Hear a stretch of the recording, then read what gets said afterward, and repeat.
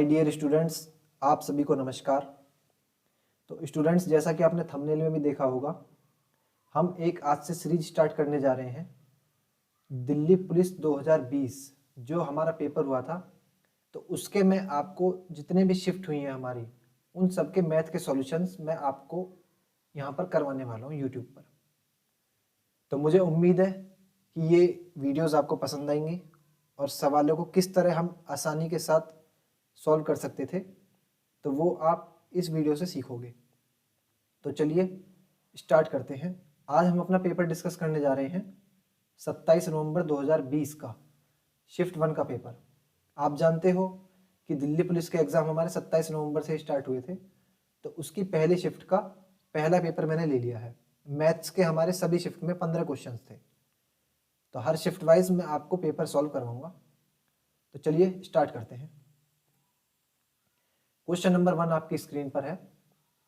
एक व्यक्ति अपनी मासिक आय का 22% घर के किराए में, 40% घरेलू खर्चों और राशन पर और शेष आय का 50% बच्चों की शिक्षा और अन्य मदों पर खर्च करता है। यदि उसकी मासिक बचत 3800 है, तो शिक्षा और अन्य मदों पर किए जाने वाला खर्च कितना है? बेहद ही आसान क्वेश्चन। मैं मान लेता हूं कि भाई उसकी टोटल इनकम थी, उस व्यक्ति की टोटल इनकम थी 100। हम मान लेते हैं अपनी तरफ से। तो क्वेश्चन में कह रहा है कि इस इनकम का 22% घर में और 40% घरेलू खर्च और राशन इस पर खर्च कर देता है। तो भाई 100 में से 40 और 22 आप जोड़ोगे तो ये कितना हो जाएगा? 62। तो 62 तो इसने खर्च ही कर दिया अलग, तो शेष कितना बचा इसमें से? 100 में से 62 चले जाएगा तो शेष बचा 38। अब कह रहा है कि शेष आय का 50%, यानी 38 का 50% कितना हो जाएगा? 19। ये बच्चों की शिक्षा और अन्य मदों पर खर्च करता है। तो ये तो कर दिया इसने बच्चों की शिक्षा पर खर्च, और इसमें से शेष कितना बचा? अब 19। तो कह रहा है कि यदि उसकी मासिक बचत 3800 है। अब देखो भाई हमारे अकॉर्डिंग बचत कितनी है, देखो 62 पहले खर्च हो गए, 19 यहाँ पर हो गए, तो बचत कितनी है उसकी? 19। तो हमारे अकॉर्डिंग 19 है, क्वेश्चन के अकॉर्डिंग है 3800। तो इसका मतलब 19 यूनिट बराबर हो जाएगा 3800 के। तो यहाँ से एक बराबर कितने के हो जाएगा? 200 के।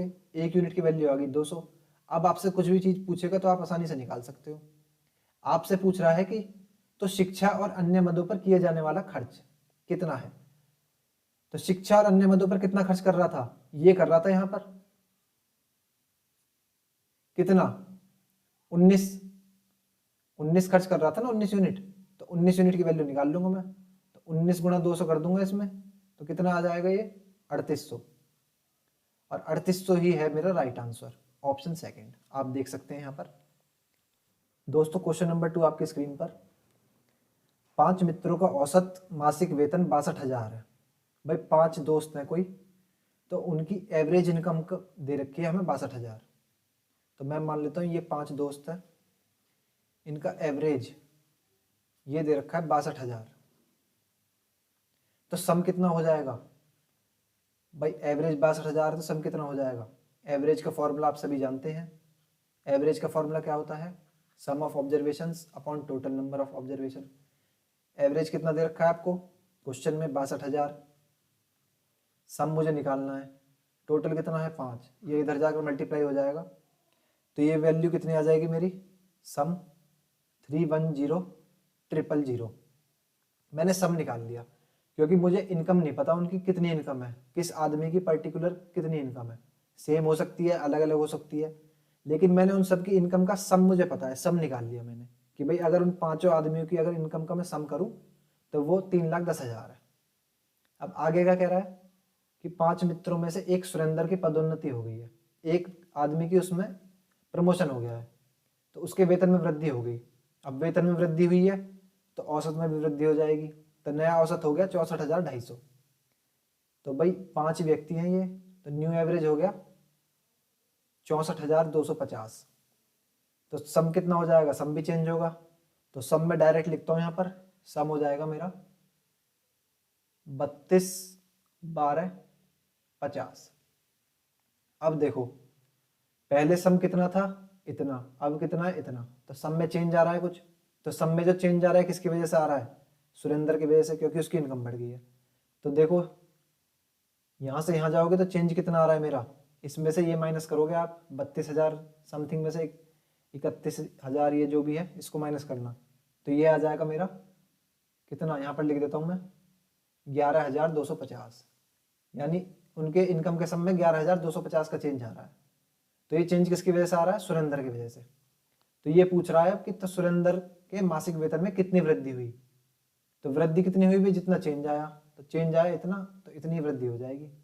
ऑप्शन 3 ये आंसर हो जाएगा मेरा इसका। थर्ड क्वेश्चन, दो छात्रों ए और बी को पुरस्कार राशि के रूप में कुल 4400 का भुगतान किया गया है। दो छात्र हैं, एक है ए एक है बी, इनको 4400 रुपये भुगतान दिया गया है पुरस्कार राशि के रूप में। यदि ए को बी को भुगतान की गई राशि का 120% भुगतान किया गया, तो मैं मान लेता हूं कि भाई बी को भुगतान की गई 100, तो ए को कितना किया गया, इसका 120%, तो 100 का 120% कितना हो जाएगा 120। तो ये इनके रेशियो निकाल लिए मैंने, मेरे से पूछ रहा है तो बी की कितनी धनराशि का भुगतान किया गया बी को। अब आप देखो दोनों को टोटल कितना किया गया है 4400, अब रेशियो के अकॉर्डिंग कितना, दोनों को जोड़ देंगे तो कितना आ जाएगा 220। तो हमारे अकॉर्डिंग किया गया भुगतान 220 का रेशियो के अकॉर्डिंग, जबकि क्वेश्चन के अकॉर्डिंग किया गया 4400 का। तो यहाँ से 220 बराबर 4400, तो एक बराबर किसके हो जाएगा, ये 0 से 0 कट जाएगा, 22 दूनी 44, ये आ जाएगा एक बराबर 20 के। अब आप कुछ भी निकाल सकते हो। बी को कितनी धनराशि का भुगतान किया गया, 1 यूनिट बराबर 20, तो बी की कितना है 100 यूनिट, तो 100 यूनिट की वैल्यू निकाल लूंगा मैं गुणा 20 करके, तो कितना आ जाएगा ये 2000, और 2000 हो जाएगा मेरा राइट आंसर ऑप्शन 3। आसान सा क्वेश्चन, रेशो से कर सकते हैं आसानी से। फोर्थ क्वेश्चन, इतनी डायमेंशन दी गई है आपको और आपसे कह रहा है कि इनकी बिमाओं वाले लोहे के घनाभ को पिघलाकर एक ठोस गोला बनाया जाता है। यानी एक मेरे पास क्यूबॉइड है, तो उसकी कुछ साइड है, ये साइड दी गई है, इस क्यूबॉइड को पिघलाकर एक सॉलिड स्फीयर बना दिया गया है। हमसे पूछ रहा है कि what is the radius of the sphere, sphere का रेडियस क्या है, गोले की त्रिज्या क्या है। तो जब भी क्वेश्चन इस तरह से आ जाए कि किसी को पिघलाकर कुछ चीज बनाई जाती है, तो उसमें हमेशा हम वॉल्यूम निकालते हैं। तो वॉल्यूम ऑफ क्यूबॉइड, मैं जानता हूं वॉल्यूम ऑफ क्यूबॉइड क्या होता है, length into breadth into height, L into B into H. इसको पिघला दिया गया है, तो पिघलाकर किस में बनाया गया है, स्फीयर में, तो वॉल्यूम ऑफ स्फीयर ले लूंगा मैं। वॉल्यूम ऑफ स्फीयर कितना होता है 4/3 पाई आर क्यूब। अब जो जो वैल्यू मेरे को गिवन है वो मैं पुट कर दूंगा। लेंथ ब्रेथ हाइट ये वैल्यू मुझे गिवन है, कितनी कितनी है 24.5 multiply 16.5 multiply 12 is equal to 4/3, pi का मान मुझे 22/7 लेना है, क्वेश्चन में गिवन है, और आर की मुझे वैल्यू निकालनी है आर क्यूब। अब देखो यहाँ से कैलकुलेशन आप कैसे आसानी से करोगे, देखो ये पॉइंट हटा के मैंने 0 बढ़ा लिया, ये पॉइंट हटाया मैंने 0 बढ़ा लिया, ये 4 से 12 चले जाएगा 3 बार, ये 3 और 7 इधर डिवाइड में है, उधर आकर मल्टीप्लाई हो जाएगा। अब आप देखो 22 से भी कुछ कर सकता है मेरा, 165 चले जाएगा 11 से, 11 दूनी 22, और ये जाएगा 11 कम 11 15 बार। अब मैं इधर लिख लेता हूँ इन सभी को, 245 गुणा 15 गुणा 3, और ये 3 और 7 इधर भाग में है तो उधर आकर गुणा हो जाएंगे, गुणा 3 गुणा 7, और बटे नीचे क्या बचा 10 गुणा 10, और इधर ये 2 आ गया इधर। अब देखो यहाँ से 5 दूनी 10, 5 तिया 15, ये 5 दूनी 10, 5 चौक 20, 5 नीम 45। अब मुझे आर क्यूब की वैल्यू चाहिए। अब आप ध्यान से देखो यहाँ कैलकुलेशन में, ऊपर आ गया मेरा 49 गुणा 1 3 येरा 1 येरा 1 येरा 3 का क्यूब मल्टीप्लाई 7, 49 को मैं क्या लिख सकता हूँ 7 का स्क्वायर, तो ऊपर भी 7 का क्यूब बन जाएगा, और नीचे 3 2 है 1 येरा 1 येरा 1 येरा, तो इसको लिख सकता हूँ मैं 2 का क्यूब, और इस 49 गुणा 7 ये हो जाएगा मेरा 7 का क्यूब।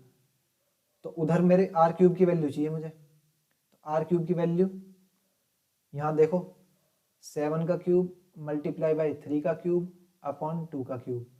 क्यूब से सारे क्यूब कैंसिल हो जाएंगे क्योंकि क्यूब रूट है, तो क्यूब से सारे क्यूब कैंसिल हो जाएंगे। तो इधर क्या बचेगा फिर, ये 21/2 जो कि हो जाएगा मेरा 10.5, और 10.5 हो जाएगा मेरा करेक्ट आंसर स्फीयर की रेडियस। आसान सा क्वेश्चन है, फॉर्मूला याद है, बस कुछ नहीं कैलकुलेशन करनी है आपको। 5वां क्वेश्चन, यदि साधारण ब्याज की वार्षिक दर 9% से बढ़कर 13.5% हो जाती है तो वार्षिक ब्याज 3690 बढ़ जाता है। देखो अब वार्षिक दर मेरी 9% से चेंज होकर कितनी हो गई, 13.5%। तो चेंज कितने का आ गया भाई, 9 से 13.5 हो गया, कितने का आ गया, 4.5% का चेंज आ गया ब्याज दर में। तो कह रहा है कि वार्षिक ब्याज मेरा 3690 रुपये बढ़ जाता है इस चेंज की वजह से। तो इसका मतलब 4.5% जो है इसी की वजह से तो ये चेंज आ रहा है ब्याज में। तो 4.5% बराबर किसके हो जाएगा, 3690 के, क्योंकि ये 4.5% भी तो मेरा ब्याज दर ही तो है। तो 4.5% 3690 के बराबर, यहाँ से 1% की वैल्यू 3690 बटे 4.5। मुझसे पूछ रहा है मूल धनराशि कितनी है, मूल धनराशि हमेशा अपने आप में 100% होती है।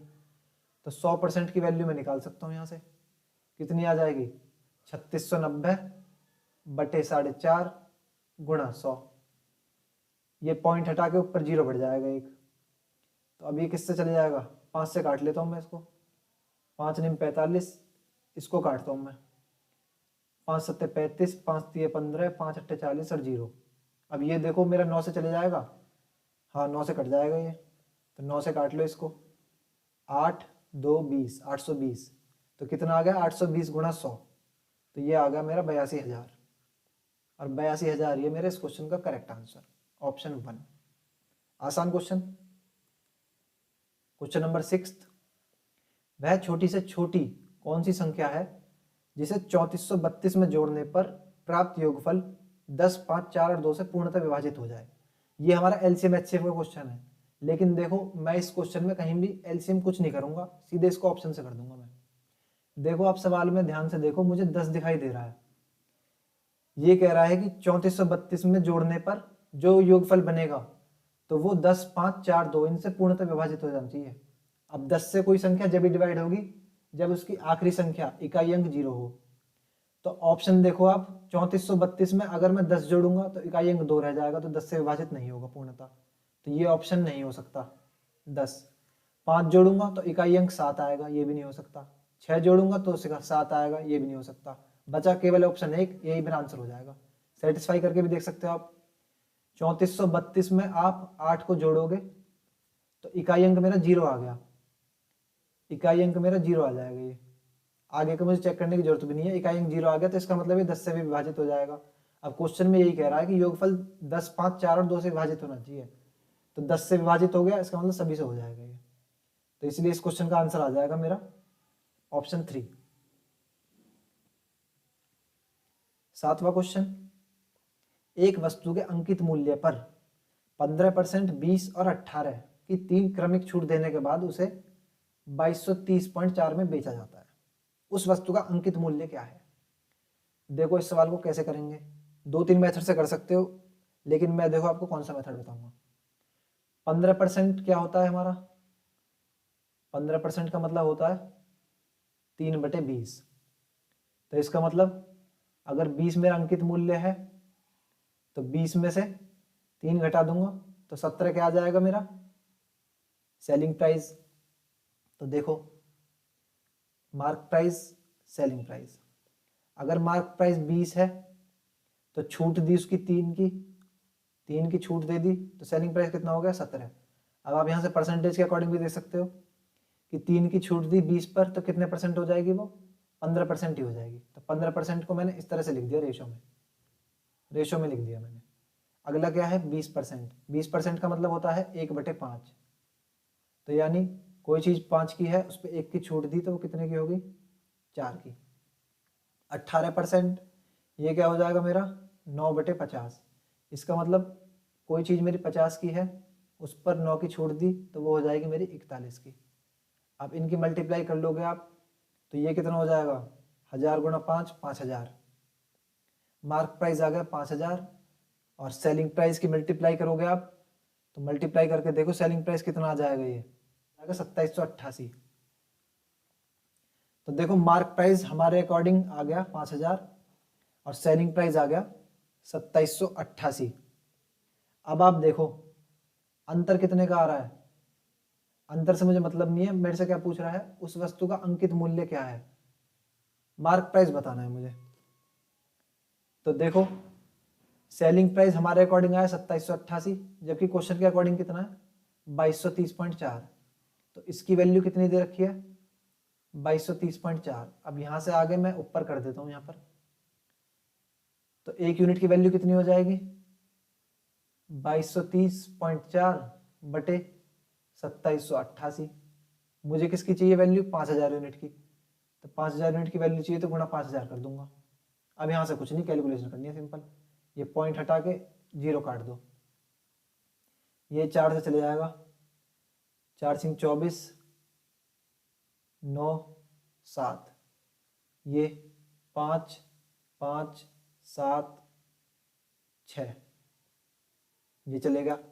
अब देखो 697 से ये 5576 मेरा डायरेक्ट कट जाएगा, तो 697 से 5576 काटोगे तो 8 बार चल जाएगा डायरेक्ट। तो कितना आ गया यहाँ पर 8 गुणा 5000, तो कितना हो जाएगा ये 8 गुणा 500, एक जीरो कट गया था, तो ये हो जाएगा 4000, और 4000 ही है मेरे इस क्वेश्चन का करेक्ट आंसर, ऑप्शन 2। इस तरह से क्वेश्चन को आप टैकल करना था। इसको रेशो से कर सकते हो आप, परसेंटेज से कर सकते हो, इसको कैसे भी कर सकते हो जैसा आपका मन करे। 8वां क्वेश्चन, एक धनराशि अर्धवार्षिक रूप से चक्रवृद्धि किए जाने वाली, अर्धवार्षिक रूप से चक्रवृद्धि किया जा रहा है इसको, और 10% वार्षिक ब्याज दर पर 1 वर्ष के अंत में इतनी हो जाती है। तो ब्याज दर दी गई है भाई मेरी वार्षिक, लेकिन जो धनराशि है वो संयोजित हो रही है अर्धवार्षिक रूप से, तो इसका मतलब 5% में 2 बार ले लूंगा, तो इसका मैं नेट इफेक्टिव निकाल लूंगा, net effective rate. Net effective rate निकालने का मेरे पास डायरेक्ट फॉर्मूला है x plus Y plus X Y upon 100%। ये नेट इफेक्टिव रेट निकल जाता है सीआई के केस में। तो रेट कितना हो जाएगा मेरा 10% वार्षिक है, तो इसका मतलब 5 5 रहा होगा अर्धवार्षिक, 5 5, तो 5 प्लस 5 प्लस 5 गुणा 5 25 बटे 100। तो ये कितना हो जाएगा मेरा 5 और 5 10 और 10.25। तो नेट इफेक्टिव रेट निकाल लिया मैंने 10.25%, जो मैंने टोटल रेट है वो निकाल लिया मैंने। अब क्वेश्चन में कह रहा है कि 1 वर्ष के अंत में जो धनराशि वो इतनी हो जाती है, यानी ये मेरे को मिश्र धन दे दिया है, अमाउंट दे दिया है, मेरे को रेट पता है, अमाउंट दे दिया है, तो अमाउंट इतनी है, तो रेट के अकॉर्डिंग अमाउंट कितनी हो जाएगी भाई, कोई भी धनराशि अपने आप में 100% होती है। अगर 100% में मैं ब्याज जोड़ दूं, रेट जोड़ दूं, तो मेरा अमाउंट आ जाएगा। रेट मैंने निकाल दिया कितना 10.25, तो ये कितना हो जाएगा 110.25%, अमाउंट हो जाएगा 110.25%। ये क्वेश्चन में हमको दी गई है अमाउंट की वैल्यू 20,947.5, तो 110.25% की वैल्यू आ गई इतनी।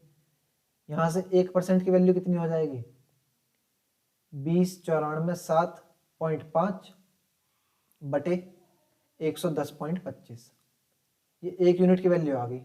मुझे चाहिए क्या धनराशि, प्रिंसिपल अमाउंट, तो प्रिंसिपल अमाउंट 100% होती है, तो 100% की वैल्यू निकालने के लिए मैं यहाँ गुणा 100 कर दूंगा।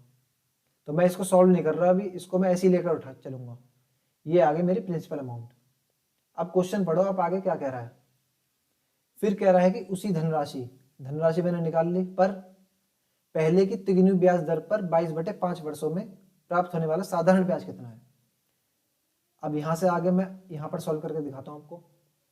देखो प्रिंसिपल कितना है मेरा, ये प्रिंसिपल मैंने कैलकुलेट नहीं किया, मैं इसको डायरेक्ट यही लेकर चल रहा हूँ 20,947.5 गुणा 100 बटे 110.25, ये आ गया प्रिंसिपल अमाउंट। वो कह रहा है कि जो ब्याज दर है वो पहले से 3 गुना हो गया, पहले था 10 तो अब कितना हो जाएगा 30, तो 30 का मतलब 30 बटे 100, और गुणा समय कितना है 22/5 वर्ष, तो 22/5। ये मैंने सीधा SI का फॉर्मूला लगा दिया, SI का फॉर्मूला लगा दिया, यहाँ पर वैल्यू पुट कर दी। अब कुछ नहीं, सिंपल यहाँ से कैलकुलेशन करनी है बस आपको। ये देखो 100 से 100 चले जाएगा, ये 5 से 30 6 बार चले जाएगा, ये पॉइंट यहाँ 0 बढ़ा देता हूँ मैं, तो पॉइंट से पॉइंट कट जाएगा। तो अब ऊपर क्या बचा मेरा, इसको सॉल्व कर लो आप। 5 दूनी 10, 5 दूनी 10, 5 पंजे 25, ये भी चले जाएगा। 5 चौक 20, 5 एकम 5, 5 अट्ठे 40, 5 निम 45, और 2 5 5 पंजे 25, 0, ये बचा। तो दोबारा 5 से चले जाएगा, दोबारा से 5 से काट लो इसको, 4 4 1, 4 3 7 9 0। कुछ भी नहीं है, सिंपल कैलकुलेशन है क्वेश्चन में, बाकी कुछ नहीं है कहीं पर भी। तो देखो क्या आ गया, ये 43,790 गुणा 6 गुणा 22 बटे 441। अब इस कैलकुलेशन को आप सॉल्व करोगे तो आपका कैलकुलेशन करके सॉल्व आंसर आ जाएगा 25,080। 25,080 ये आपका आंसर आ जाएगा, और यही आपसे पूछा है धनराशि साधारण ब्याज से, तो इतनी हो जाएगी ऑप्शन 4। कुछ भी नहीं है क्वेश्चन में, बस पहले आपको धनराशि निकालनी है CI का यूज करके, फिर आपको SI पूछ रहा है वो साधारण ब्याज उसी धनराशि का। कुछ भी नहीं है, बस हल्की सी कैलकुलेशन है, सवाल आपका इजीली हो जाएगा। Question number 9th, time and work. A किसी काम को 40 दिन में और B उसी काम को 50 दिन में कर सकता है। तो पहले हम चार्ट बना लेते हैं। दो बंदे हैं A और B। A करता है 40 दिन में, B करता है 50 दिन में। दोनों का एलसीएम कितना आ जाएगा 200। तो यहाँ से A की एफिशिएंसी आ जाएगी 5, B की आ जाएगी 4। ये हमारी एफिशिएंसी आ गई A और B की। अब कह रहा है कि उन्होंने एक साथ मिलकर 5 दिनों तक काम किया। तो देखो भाई A प्लस B एक दिन में कितना काम कर रहे हैं भाई, 5 ये कर रहा है, 4 ये कर रहा है, तो एक दिन में कर रहे हैं 9 काम, 9 यूनिट काम। तो ये कह रहा है कि 5 दिनों तक 7 काम किया, तो एक दिन में कर रहे हैं 9, तो 5 दिन में कितना करेंगे 9 गुणा 5, तो ये हो जाएगा 45। यानी 5 दिन तक इन्होंने 45 काम कर लिया। अब B ने काम छोड़ दिया, B ने काम छोड़ दिया, तो शेष काम अकेले कितने दिनों में पूरा कर लेगा A। तो देखो 200 में से 45 काम तो कर लिया A और B ने मिलकर, फिर B छोड़ के चले गया, तो टोटल वर्क अब बच गया हमारे पास 155। अब ये काम अकेला A को करना है, तो 155 A एक दिन में करता है 5 काम, तो पूछ रहा है कितने दिन में कर देगा पूरा काम। तो 5 से चले जाएगा 31 बार, यानी A अकेला इस काम को, शेष काम को 31 दिन में कर देगा। आसान सा क्वेश्चन है। क्वेश्चन नंबर 10th, 0.529 और 2.01 का गुणनफल 1 से कितना अधिक होगा। अब देखो इसमें आपको कैलकुलेशन से कैसे बचना है। देखो 0.529 है, इसको आप कुछ देर के लिए 529 ही मान लो, पॉइंट भूल जाओ। और ये जो 201 है 2.0 मैंने ऐसा मान लो आप 201, तो 529 गुणा 201 करोगे तो कैलकुलेशन हार्ड हो जाएगी। तो देखो कैलकुलेशन आसान करने के लिए आप करो पहले 529 गुणा 200। तो 529 गुणा 200 करोगे तो 529 का डबल कितना हो जाएगा 1058। तो 1058 डबल जीरो, मैंने 529 गुणा 200 कर दिया, और फिर एक और बचा तो प्लस 529 और जोड़ दूंगा इसमें। इस तरह से आप कैलकुलेशन कर सकते थे आसानी से। 9 2 13 6 0 1, ये आ गया मेरा गुणा करके। अब पॉइंट लगा दो अपने अकॉर्डिंग। यहाँ कितनी संख्या से पहले पॉइंट है 3 9 2 5, और यह 2 यहाँ पर, तो 5 संख्याओं से पहले पॉइंट लग जाएगा 1 2 3 4 5। तो मेरा ये आ जाएगा सॉल्व करके 1.06329। मेरे से पूछ रहा है कि इनका गुणनफल 1 से कितना अधिक होगा। तो देखो भाई 1 से कितना अधिक है ये, इसमें से 1 घटा देंगे 1.06329 माइनस 1, तो घटाओगे तो 0.0632 ये आ जाएगा। ये केवल मेरा एक ही ऑप्शन में दिख रहा है सेकंड में, और ये आंसर हो जाएगा। इस तरह से आप कैलकुलेशन को आसानी से कर सकते थे।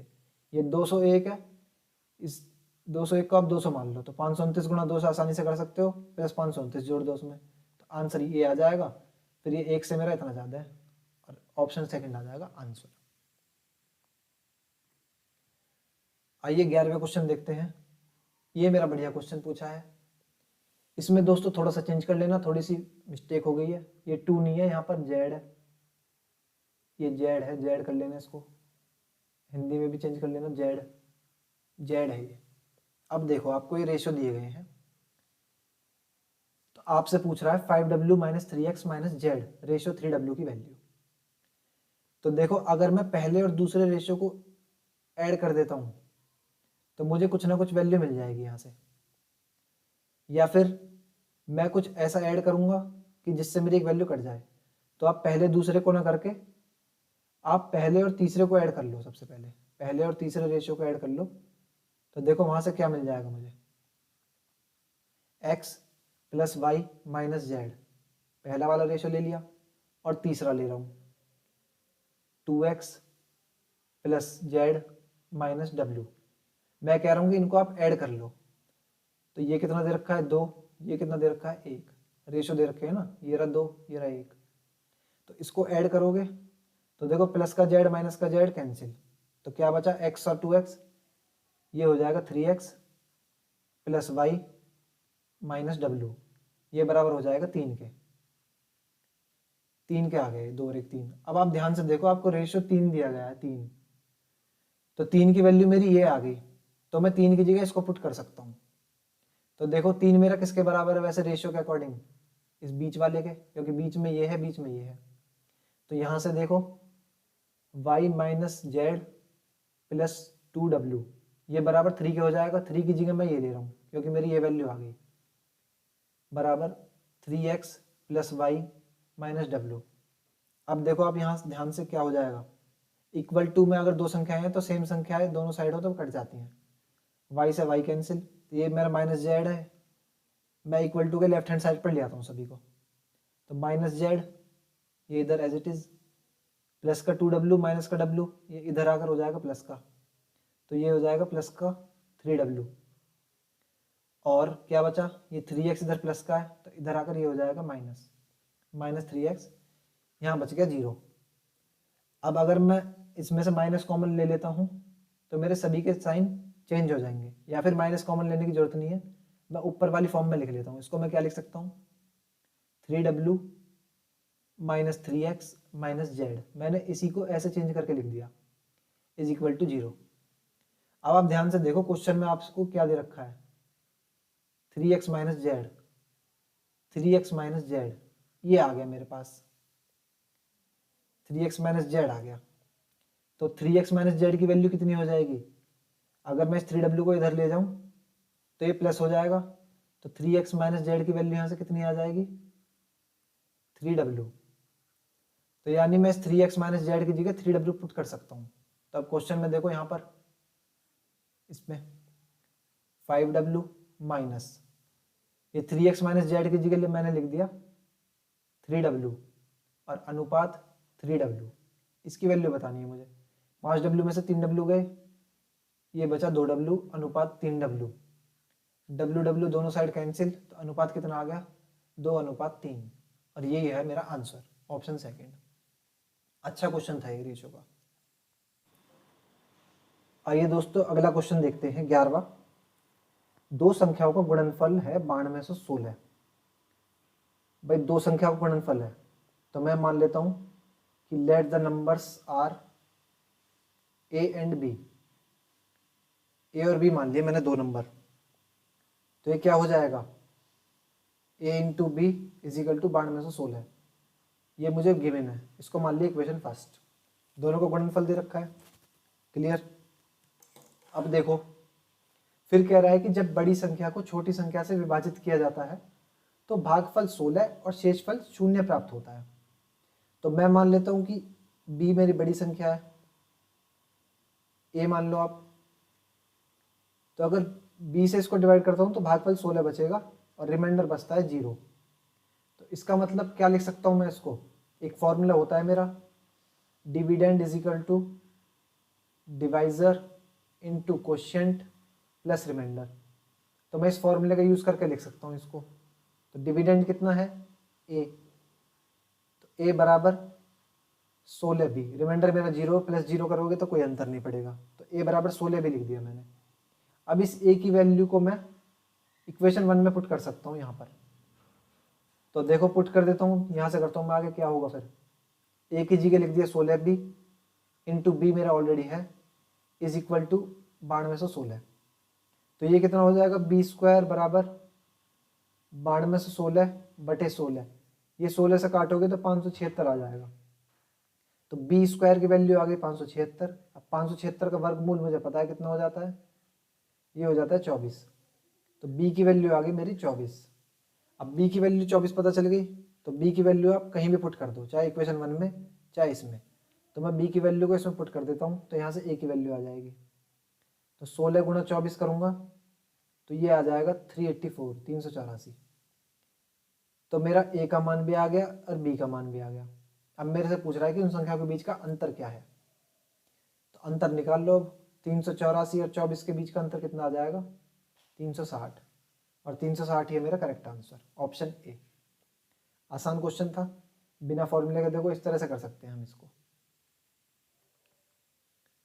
13वां, किसी वस्तु पर प्राप्त लाभ उसकी लागत का 120% है। लाभ 120% है, मैं मान लेता हूं कि भाई उसकी लागत कितनी थी, 100 रुपये। प्रॉफिट हो गया उसको कितना, 120 का। तो इसका मतलब विक्रय मूल्य कितना रहा होगा, सेलिंग प्राइस 220, क्योंकि 100 में 120 का प्रॉफिट जब तो एसपी 220 होगा। प्रॉफिट दिया हुआ है मुझे 120 क्वेश्चन में। फिर आगे क्या कह रहा है कि यदि उसकी लागत 25% बढ़ा दी जाए, तो लागत पहले थी 100, अब 25% बढ़ा दूँ 25 इसको, तो ये कितनी हो जाएगी, 125। रेशो निकाल लिए मैंने। और विक्रय मूल्य को नियत यानी कांस्टेंट सेम रखा जाए, तो ये मैंने सेम रख लिया 220। तो अब कह रहा है कि तो प्राप्त होने वाला लाभ विक्रय मूल्य का कितना परसेंट होगा। तो परसेंटेज में रिजल्ट पूछ रहा है आपसे, इसका मतलब आप वैल्यू कुछ भी मान सकते हो। ये जो मैंने 100 माना है इसको आप कुछ भी मान सकते हो। परसेंटेज में रिजल्ट पूछता तो आप अपनी तरफ से कुछ भी मान लोगे, आंसर मेरा सेम ही आएगा जब भी। तो देखो प्रॉफिट कितना हो रहा है यहाँ पर, 95 का, 125 सीपी, 95 का प्रॉफिट, 220 एसपी हो गया। तो 95 का प्रॉफिट किस पर पूछ रहा है, वो लाभ विक्रय मूल्य पर। विक्रय मूल्य कितना है, 220, और गुणा 100, ये 0 से 0 कट जाएगा, ये आ जाएगा 950 बटे 22। इसको सॉल्व करोगे तो ये 43 पॉइंट समथिंग आएगा। मेरे से निकटतम पूर्णांक पूछ रहा है, तो निकटतम पूर्णांक 43 ऑप्शन में है, तो 43 हो जाएगा आंसर। Easy question. 14वां क्वेश्चन देखते हैं, ये मेरा अच्छा क्वेश्चन है। एक गाय 25 मीटर लंबी भुजा वाले एक वर्गाकार घास के मैदान के कोने में खूंटे से बंधी है। भाई कोई वर्गाकार मैदान है, पहले मैदान बना लेते हैं हम। ये बन गया मेरा वर्गाकार मैदान। साइड कितनी है इसकी वर्गाकार मैदान की, 25 मीटर। चारों साइड बराबर है, 25-25 हो जाएंगे। अब कह रहा है कि एक कोने पर एक खूंटा है, मान लो ये रहा खूंटा, इस पर एक गाय बंधी है रस्सी से, जिसकी लंबाई है 14 मीटर। ये बंध रही गाय, ये गाय होगी। तो ये यहाँ पर बंधी है कोने में खूंटे से, रस्सी की लंबाई 14 मीटर है। तो आपसे पूछ रहा है कि वो वाला क्षेत्रफल बताना है जिसमें गाय घास चर सकती है। अब देखो आप, गाय जो घास चरेगी वो मेरी एक सर्कुलर एरिया में चल सकती है, सर्कुलर एरिया में, क्योंकि वो रस्सी से बंधी हुई है। यहाँ पर रस्सी से बंध रही है ना, तो ऐसे घूम सकती है वो, ऐसे घूम घूम के इतना ही चल सकती है केवल। तो आपसे मैदान के अंदर अंदर के पूछा है केवल, तो मैदान के अंदर की अगर मैं बात करूं तो मैं आपको घास बनाकर दिखाता हूँ। घास बनाकर दिखा देता हूँ मैं कि वो कितनी घास चरेगी। 1 मिनट। ये देखिए, ये गाय मेरी इतनी घास चर जाएगी, इसके अंदर अंदर इतनी घास मेरी गाय चढ़ जाएगी। तो आपसे क्या पूछ रहा है, अब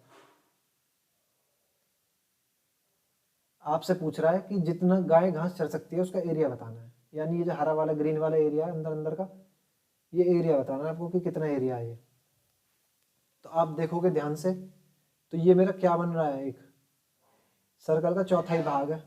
तो चौथाई भाग क्या हो जाता है, सेक्टर, सेक्टर बोल देते हैं। अब आप सभी जानते हो स्क्वायर में चारों एंगल मेरे 90 डिग्री होते हैं, चारों एंगल 90 डिग्री। तो एरिया ऑफ सेक्टर का फॉर्मूला लगा दो आसानी से। एरिया ऑफ सेक्टर क्या हो जाता है, ये theta upon 360 into pi R square. Theta कितना है 90/360 गुणा पाई का मान 22/7 और रेडियस कितना है 14। 14 ही तो है भाई रेडियस, ये गाय बंधी हुई है रस्सी से, तो यही सर्कल की रेडियस हो जाएगी ये। तो 7 से 2 बार जाएगा, ये 90 से 4 बार जाएगा, और ये 2 चले जाएगा 2 बार, ये 2 से 11 बार चले जाएगा। तो 11 गुणा 14 ये कितना आ जाएगा मेरा 154।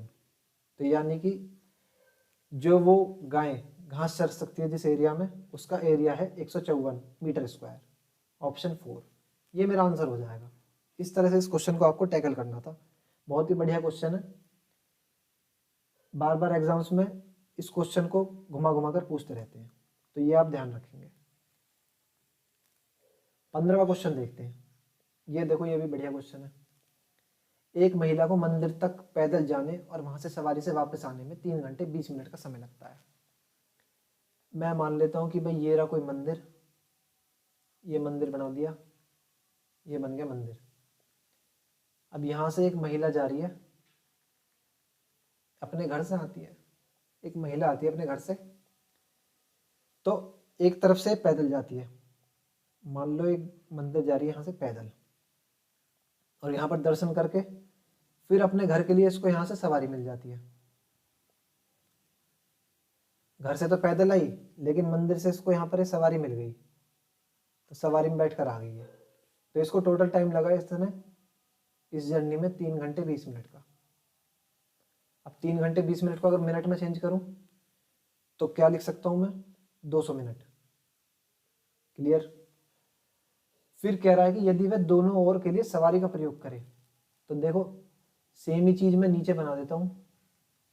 ये हो गया घर, ये मान लो मंदिर हो गया। तो ये महिला अगर दोनों तरफ के लिए सवारी से जाए, अपने घर से भी सवारी से जा रही है भाई, और मंदिर से भी वापस घर के लिए सवारी से आ रही है, तो इसको अब टाइम लग रहा है 2 घंटे कम जितना पहले लग रहा था। पहले लग रहा है 3 घंटा 20 मिनट, तो अब कितना लगेगा 2 घंटे कम, 1 घंटा 20 मिनट। तो टोटल टाइम कितना हो जाएगा 80 मिनट। अब इसको दोनों तरफ से गाड़ी मिल गई, तो दोनों तरफ से गाड़ी से गई है। तो देखो डिस्टेंस मेरी सेम है, मंदिर से घर तक जितनी पहले थी उतनी अब है, तो डिस्टेंस सेम है।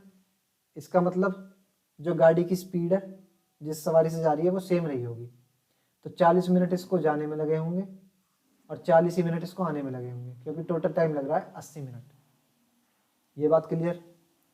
अब देखो ऊपर ही देखोगे, ऊपर वाले केस में यहाँ पर तो एक तरफ से पैदल जा रही है, लेकिन एक तरफ से सवारी से जा रही है। तो सवारी से जो जा रही है, सवारी से इसको 40 मिनट लग रहा था नीचे, तो जाहिर सी बात है ऊपर भी 40 ही मिनट लगा होगा, क्योंकि डिस्टेंस तो मेरी सेम ही है ना अभी। अब 200 में से 40 ये सवारी से चल ली, तो पैदल इसका मतलब इसको कितना लग रहा होगा 160 मिनट, क्योंकि 200 मिनट पूरा लग रहा है टोटल। तो पैदल इसको एक तरफ से लग रहा है 160 मिनट। अब क्वेश्चन आप ध्यान से पढ़ो, यदि वह दोनों ओर पैदल चलती तो एक तरफ से 160 मिनट लग रहा है, तो दोनों तरफ से कितना लगेगा 320 मिनट। तो दोनों तरफ से लगेगा उसको 320 मिनट। आपसे क्या पूछ रहा है, उसके द्वारा लिए जाने वाले समय का आधा समय कितना होगा। टोटल पैदल उसको कितना लग रहा था, ये पैदल पैदल लग रहा था उसको 320 मिनट, इसका आधा पूछ रहा है, तो आधा कर दूंगा तो ये कितना हो जाएगा 160 मिनट। यानी इसको मैं क्या लिख सकता हूँ 2 घंटे और 40 मिनट। तो 2 घंटे 40 मिनट ये आंसर आ जाएगा, इतना उसको समय लगेगा जाने में। सो दोस्तों, मुझे उम्मीद है कि आपको वीडियो पसंद आई होगी। जो मैंने आपको सवाल बताए हैं ये आपको अच्छे लगे होंगे, और इसी तरह से आपको सवालों को पेपर में टैकल करना था। और यही सवाल आपके आगे अपकमिंग एग्जाम्स में like SSC GD, Delhi police, AWO, TPO, head constable, तो वहाँ पर ये आपकी हेल्प कर सकते हैं।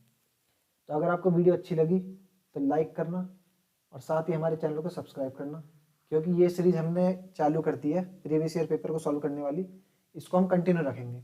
तो जितने भी शिफ्ट में हमारे पेपर हुए हैं 25-30 जितनी बनी है वो सभी मैं आपको सॉल्व करवाऊंगा। तो आप चैनल सब्सक्राइब कर लेना और बेल नोटिफिकेशन जो है उसको ऑन कर लेना, जिससे आपको नोटिफिकेशन मिल जाएगा सबसे पहले। तो चलिए आज के लिए इस वीडियो में इतना ही। बहुत बहुत धन्यवाद।